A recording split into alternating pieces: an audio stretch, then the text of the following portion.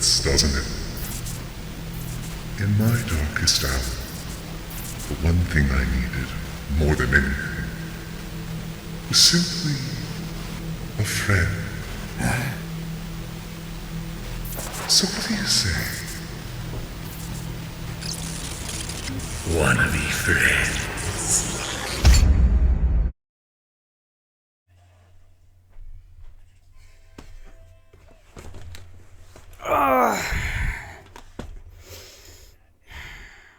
Here we go. So, you guys know what we're here to talk about. You saw the thumbnail. You see it. Get your aw shit buttons. Because here we go again. He's back. What a big surprise. I pretty much saw it coming a mile away. But hey, you know what? Good for SMG4 and good for all that stuff. Like, we all know that Mr. Puzzles is a pretty great character. I'm a fan of his. I do like what he does in the videos and stuff. See, the thing is I have a certain... I wanted to talk about my love-hate relationship with that character. And for the reason being is because I love the Mr. Puzzles as a character and the way he is. What I don't like is the way he is handled, and also people's perception of, not really perception of, how should I put this? Their aggressive fan nature of how he is. By the way, I got a haircut, by the way, in case you didn't notice. But anyways, what I want to talk about here is how I feel personally about the character of Mr. Puzzles, and how I am glad that he actually is coming back to the SMG4 episodes. I just hope he's not handled in the same fucking way he was before, and I will explain those grievances in this video. So, minor spoilers if you haven't watched Silence of the Cats yet in SMG4. I suggest you go watch that. It's a really good episode. I really like it. I like the first half of it. I don't like the way it ended, which is actually how I've been portraying a lot of these deep lore videos that have been coming out of SMG4 lately. I like how they start, I hate how they end. And again, that will come up as to why I'm making this video about my love-hate relationship with the character of Mr. Puzzles. So Mr. Puzzles, if you don't know, he is a suave a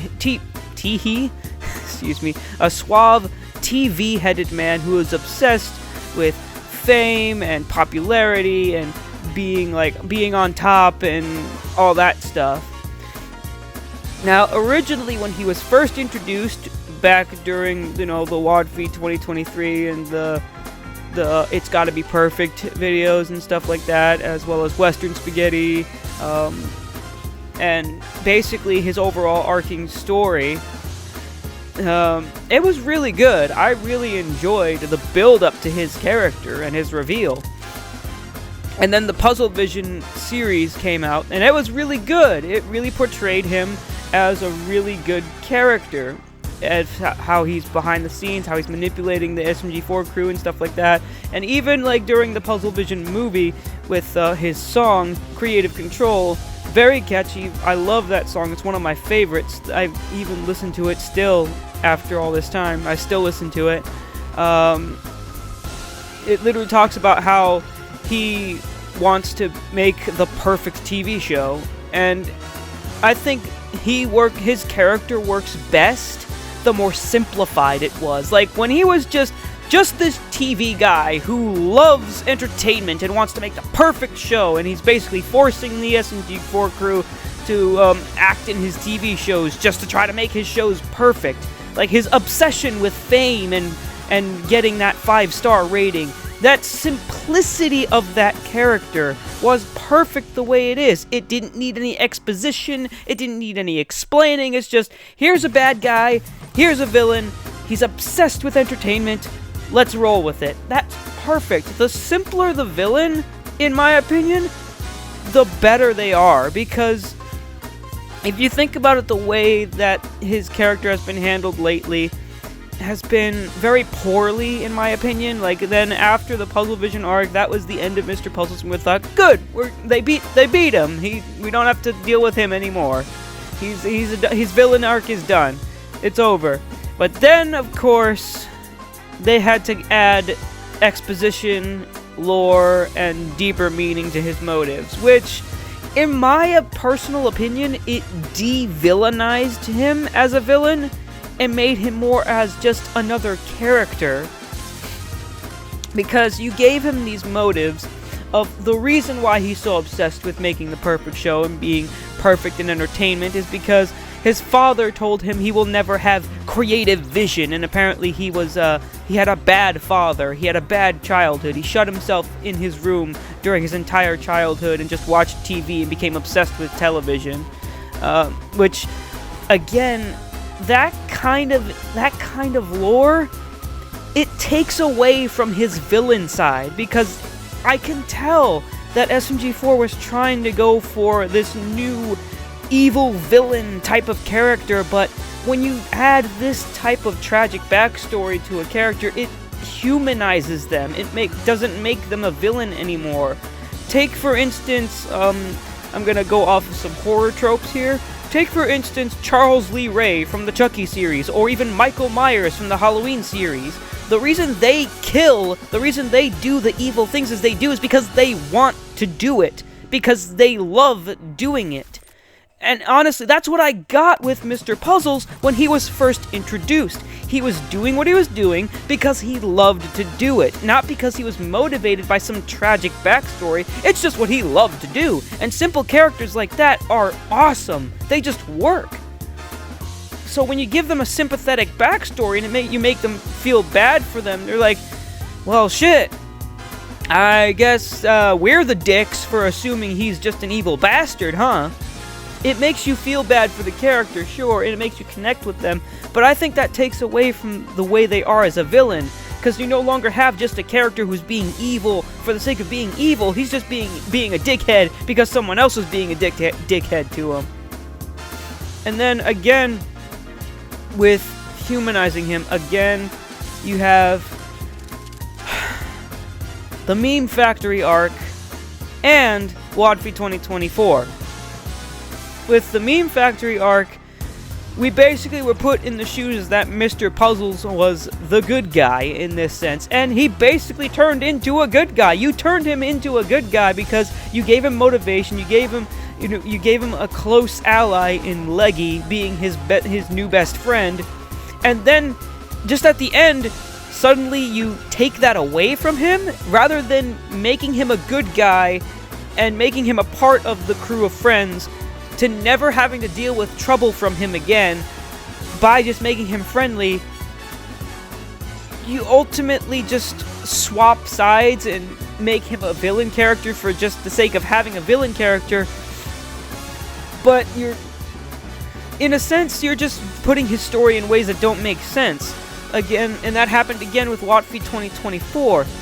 You have this whole moment where, this emotional, deep moment where Meggy goes into Mr. Puzzles' mind. He sees him as a kid, and he's afraid of her. She yells at him. He's afraid of her, and eventually she relents, turns herself into Leggy to be more friendly, and basically calls him her friend. And then they have a nice moment. Everything fades to white, we go back to reality, and we see Mr. Puzzles stop being evil. He comes out of that rubble, and he's smiling, he's happy, he feels elated. He's all better. And then, as he's about to say, oh, I had learned a very important lesson today, Mario just decides to sock him in the face, and SMG4 decides to lock him in prison. So literally, as you're having the villain be redeemed, you're just having the heroic characters lock him away after he let everyone go and is going to say, oh hey, I realized the error of my ways, I'm gonna change for the better, because you guys showed me I can change for the better. When you do that to a character, it just makes them seem worthless. Like, the whole redemption thing that you were giving him was completely pointless, and that's another thing that happened just recently, just now, with Silence of the Cats. Here we have a new villain, Mr. Weapons. He is actually the kid, the father of Karen's kids, and you see him in the episode being a sweet, wholesome dad who seems he wants to care for his kids, wants to give up this life of being an assassin, and then suddenly in the second act, you just have him go crazy. Like, for what reason? There was no build-up, it just happened.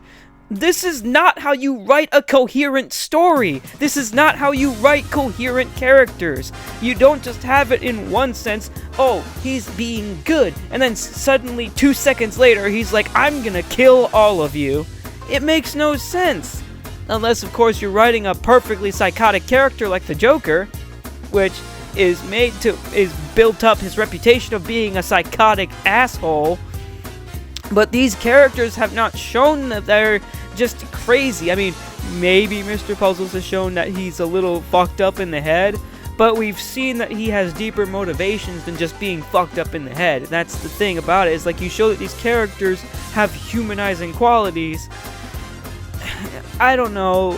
I like these characters. It's just I don't like the way they're written, because as a story writer myself, I just don't see the appeal with having these characters be seemingly redeemable, but then suddenly they're maniacal, cold-blooded killers. It just makes no sense. It's a continuity thing. But the other reason why I have a hate relationship with Mr. Puzzles is the fact of the people that like him, other people that like him. As in people who are fanatical about liking him. And there's a reason I use that word, fanatical. Because the videos that I post on Alvarez Gaming Films is supposed to be gaming videos, okay? So when I release gaming videos, and I've done the, stuff about Mr. Puzzles, I've impersonated the character multiple times on the channel because I wanted to do it for fun. I thought it would be a fun little side thing, because I'm like, oh, I like this character. I'm gonna impersonate him and just act like him just for the fun of it, and upload it to the channel, just as more fun content for you guys. But then when I start seeing people in the comments of videos that are not even related to that character, that's not even my character, I suddenly see comments like, make more Puzzle Vision videos, make more Puzzle Vision. No, that is not what my channel is about. That is not what I made this channel about. It's called Alvarez Gaming Films, not Puzzle Vision Films, or whatever the fuck you want to call it. Like I tell people, you want to do that? That's great. Go and do that. You can do that yourself.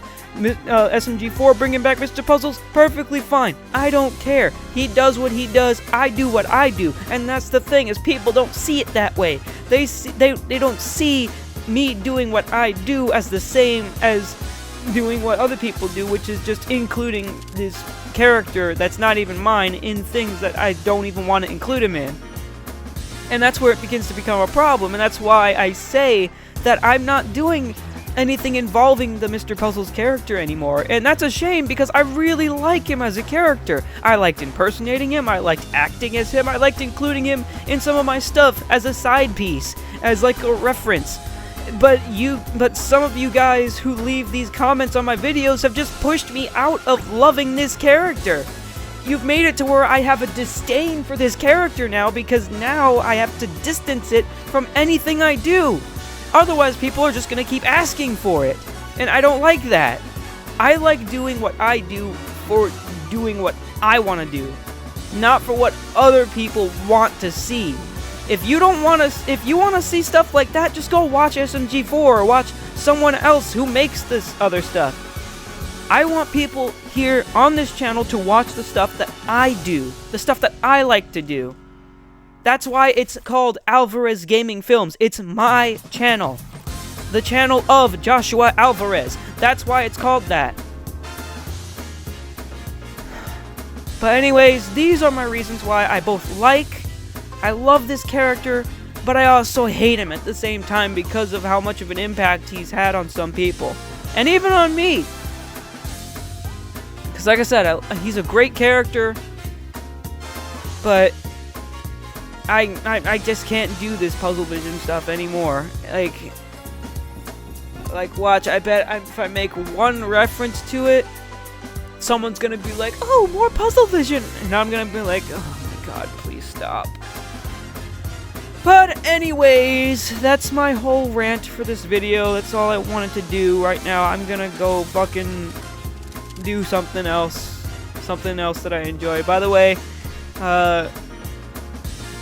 expect some more Paper Mario and Fallout coming out soon. I do actually have a friend of mine working on animating Through the Warpverse Episode 2. He does really good animations. Like, he does really good animation.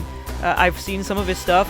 It's way better than I do. Like, some of those pictures that you saw me post of Josh, Splat Squid, and One Shot Ren, those were done by that person that's animating Through the Warpverse 2. I'm really excited to see what he does, because I've given him my duplications. I'm gonna give him some voice lines, some sound effects. And he said he's going to do music. That's fine. I don't mind if he does music. But if I need to do some tweaking here and there, I'm probably going to have to tweak it a little bit. Like, maybe I'll have to do the credits myself. Of course, I'm going to do the opening credits. I just need the episode from him, like the animated stuff. I can do the opening intro. I can do the end credits and stuff like that. And of course, I'm going to credit him. It's his name is Manic VA. He's also been in some of our VR chat stuff. So you'll see him around in VR chat videos. And I'll also mention him, of course, in every video he animates for me, if he wants to do more. This first one is just like, I want to see what he's got. I want to see what he can do with a script. And if it goes well, I'll probably have him as my animator. Because he's a good friend, and he's not asking for pay, which I think is great. It's not like I'm getting paid that much anyways, so I can't really pay anyone to do stuff for me. So, anyways, I think that's all I've got for this video. If you guys enjoyed it for whatever reason, leave a like, subscribe for my content on this channel, Alvarez Gaming Films, and I'll see you guys in the next video. Again, I'm sorry, but peace out, guys. And thank you for listening to me if you were stuck with me this long.